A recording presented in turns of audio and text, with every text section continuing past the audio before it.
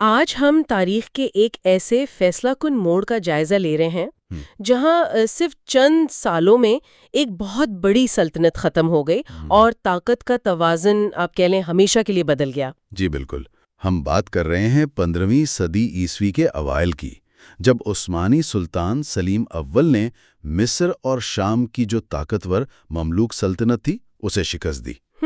یہ گفتگو history with Sohail YouTube channel کی ایک ویڈیو کے تجزیے پر مبنی ہے، خاص طور پر مرج دابق کی جنگ اور مملوکوں کے زوال پر۔ جی تو مقصد یہی سمجھنا ہے کہ بھئی صدیوں پرانی سلطنت وہ اتنی جلدی کیسے بکھر گئی اور اس کے نتیجے کیا نکلے۔ تو آئیے ذرا اس باب کو کھولتے ہیں۔ بالکل، دیکھیں مملوک سلطنت جو تھی وہ کوئی 250 سال سے تو قائم تھی، ہے نا؟ اور انہوں نے تو منگولوں کو بھی شکست دی تھی۔ جی ہاں، یہ تو بہت بڑی بات تھی ان کی۔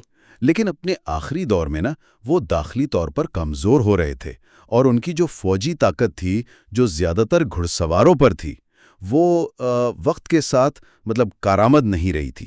اچھا۔ دوسری طرف آپ دیکھیں تو سلطنت عثمانیہ تھی، سلطان سلیم اول کی ایک منظم جدید فوجی قوت وہ بھر رہے تھے۔ اور پھر 1514 میں جب انہوں نے ایران میں صفویوں کو شکست دی چالدران میں، جی چالدران، تو سلیم کی توجہ پھر مملوکوں کی طرف ہو گئی۔ ذرائع تو یہی بتاتے ہیں کہ مملوکوں کا جھکاؤ تھا صفویوں کی طرف، اور کچھ سرحدی علاقوں کا بھی مسئلہ تھا۔ ہاں، وہ بنو ذوالقدر وغیرہ کے معاملات تھے۔ تو کیا یہ بس سیاسی رقابت ہی تھی یا کوئی گہری وجہ بھی تھی؟ دیکھیں سیاسی رقابت تو تھی، وہ تو چلی رہی تھی، لیکن شاید مملوک جو تھے وہ عثمانیوں کی بڑھتی ہوئی فوجی طاقت، خاص طور پہ جو وہ آتشی اسلحہ استعمال کر رہے تھے۔ اچھا، توپیں اور بندوقیں۔ جی بالکل، اس کو وہ صحیح طرح سے سمجھ نہیں پائے۔ انہیں اپنی جو روایتی جنگی مہارت تھی، گھڑ سواری وغیرہ، اسی پر زیادہ بھروسہ تھا۔ اور یہی غلط فہمی 1516 میں شام میں حلب کے قریب مرج دابق کی جنگ میں مہلک ثابت ہوئی۔ تو مرج دابق میں پھر ہوا کیا؟ کیا چیز تھی جس نے جنگ کا پانسا پلٹ دیا؟ صرف ٹیکنالوجی تھی یا کچھ اور بھی؟ ٹیکنالوجی تو تھی ہی، یعنی عثمانی توپیں اور وہ جانساری۔ اچھا، وہ جو ان کی ایلیٹ پیدل فوج تھی؟ جی، سلطان کی ذاتی فوج، جدید تربیت یافتہ، ان کی بندوقیں، انہوں نے تو بالکل کلیدی کردار ادا کیا۔ مملوک گھڑ سوار فوج جو تھی وہ ان کے سامنے بے بس تھی۔ لیکن اس کے ساتھ ساتھ ایک اور بڑا مسئلہ ہوا، مملوک قیادت میں پھوٹ پڑ گئی۔ حلب کا گورنر تھا خیر بے، اور ایک اور کمانڈر غزالی۔ اچھا، انہوں نے کیا وہ عین جنگ کے دوران عثمانیوں سے جا ملے، غداری کی۔ ارے دوران جنگ؟ جی، اس نے مملوک فوج کی کمر توڑ دی۔ سلطان کامسوا غوری جو تھے وہ یا تو مارے گئے یا بھگدڑ میں ہلاک ہو گئے، اور بس شام پورا عثمانیوں کے قبضے میں چلا گیا۔ یعنی اندرونی غداری بھی اور نئی جنگی ٹیکنالوجی کو نہ اپنانا، یہ دونوں چیزیں مل گئیں؟ بالکل، دونوں نے مل کے کام کیا مملوکوں کی شکست میں۔ تو شام کے بعد اگلا ہدف تو ظاہر ہے مصر ہی ہوگا۔ جی ہاں، قاہرہ میں مملوکوں نے ہمت تو نہیں ہاری، تومان بیدوم کو نیا سلطان چنا، مزاحمت کی تیاری کی۔ انہوں نے کچھ سیکھا پچھلی شکست سے؟ کچھ حد تک۔ انہوں نے قاہرہ کے باہر ردانیہ کے مقام پر دفاعی مورچے بنائے، کچھ توپیں بھی لگائیں۔ تو لگتا تو ہے کہ انہیں اندازہ ہوا تھا آتشی اسلحے کی اہمیت کا۔ لیکن شاید کافی نہیں تھا۔ شاید کافی نہیں تھا یا دیر ہو چکی تھی۔ عثمانیوں کی تعداد زیادہ تھی، تنظیم بہتر تھی، اور ان کا توپ خانہ پھر بہت مؤثر ثابت ہوا۔ تو ردانیہ کی جنگ جو 1517 میں ہوئی وہ بھی فیصلہ کن رہی؟ جی بالکل، شدید لڑائی ہوئی، یہاں تک کہ قاہرہ شہر کے اندر گلیوں میں بھی جنگ ہوئی۔ مملوک لڑے تو بہادری سے، اس میں کوئی شک نہیں، لیکن شکست ہوئی۔ تومان بیگ کچھ عرصے چھپتے رہے، مگر آخر پکڑے گئے، اور سلطان سلیم کے حکم پر انہیں پھانسی دے دی گئی۔ اچھا، ایک ذکر آتا ہے کسی ایک کرت بے کا جس نے سلیم سے کچھ کہا تھا؟ ہاں، کرت بے ایک مملوک سردار تھا۔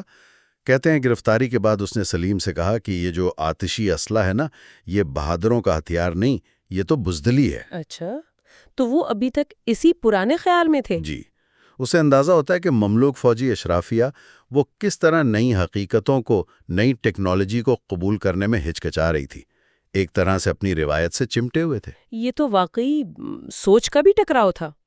اچھا، ان فتوحات کے فوری اثرات کیا ہوئے، اور ذرا دیر پا بھی بتائیے گا۔ فوری اثر تو یہ ہوا کہ حجاز یعنی مکہ اور مدینہ، وہ بغیر لڑائی کے عثمانی کنٹرول میں آ گئے۔ بغیر لڑائی کے؟ جی، شریف مکہ نے خود ہی سلیم کے اطاعت قبول کر لی اور حرمین شریفین کی چابیاں پیش کر دیں، اور سلیم نے پھر وہ لقب اختیار کیا، خادم الحرمین الشریفین۔ اچھا، جو پہلے مملوک سلاطین کے پاس تھا؟ جی بالکل، اس سے عثمانی سلطان کی عزت اور وقار میں بہت زیادہ اضافہ ہوا۔ اور وہ خلافت والی بات، وہ کیسے منتقل ہوئی؟ وہ تو بہت ہی بڑی تبدیلی تھی۔ یقیناً قاہرہ میں جو آخری عباسی خلیفہ تھے المتوکل سوم، وہ رسمی طور پر تو خلیفہ تھے لیکن اختیارات کچھ نہیں تھے۔ صحیح۔ انہوں نے باقاعدہ طور پر خلافت کے جو حقوق تھے اور جو مقدس تبرکات تھے، جیسے حضور صلی اللہ علیہ وسلم کی تلوار مبارک، چادر مبارک، وہ سب سلطان سلیم کے حوالے کر دیے۔ اوہ! تو اس طرح خلافت جو ہے وہ عباسیوں سے عثمانیوں کو منتقل ہو گئی، اور عثمانی سلطان اب خلیفۃ المسلمین کہلائے، اور یہ حیثیت پھر اگلے 400 سال تک رہی۔ اس نے عثمانیوں کو عالم اسلام میں ایک بالکل منفرد مقام دے دیا۔ یعنی سیاسی اور مذہبی قیادت دونوں اب قسطنطنیہ میں جمع ہو گئیں۔ سلطنت پر اس کا کیا اثر پڑا؟ سلطنت عثمانیہ کا رقبہ تقریباً دگنا ہو گیا۔ مصر کی جو دولت تھی، وسائل تھے، وہ سب اب عثمانیوں کے پاس تھے۔ ہزاروں کی تعداد میں ہنرمند کاریگر قاہرہ سے قسطنطنیہ لائے گئے۔ اچھا، تو دارالحکومت تو اور چمک گیا ہوگا؟ جی بالکل۔ سلیم نے بحری طاقت پر بھی توجہ دی۔ روڈز کا جزیرہ تھا، وہاں بحری قزاق تھے۔ ہاں، نائٹس ہاسپٹلرز۔ جی، ان پر حملے کی تیاریاں شروع کیں، حالانکہ وہ مہم پھر ان کے بیٹے سلیمان علی شان نے مکمل کی۔ سلیم خود تو 1520 میں انتقال کر گئے۔ تو خلاصہ اگر کریں تو سلطان سلیم اول کی یہ جو چند سال کی مہمات تھیں، انہوں نے نہ صرف مملوک سلطنت کا خاتمہ کیا، بلکہ عثمانیوں کو اسلامی دنیا کی سب سے بڑی سیاسی اور مذہبی طاقت بنا دیا، ہے نا؟ بلا شبہ، اور اس نے خطے کی تاریخ پر صدیوں تک گہرے نقوش چھوڑے۔ یہ صرف علاقائی تبدیلی نہیں تھی، اس نے عالمی طاقت کے توازن کو بھی متاثر کیا۔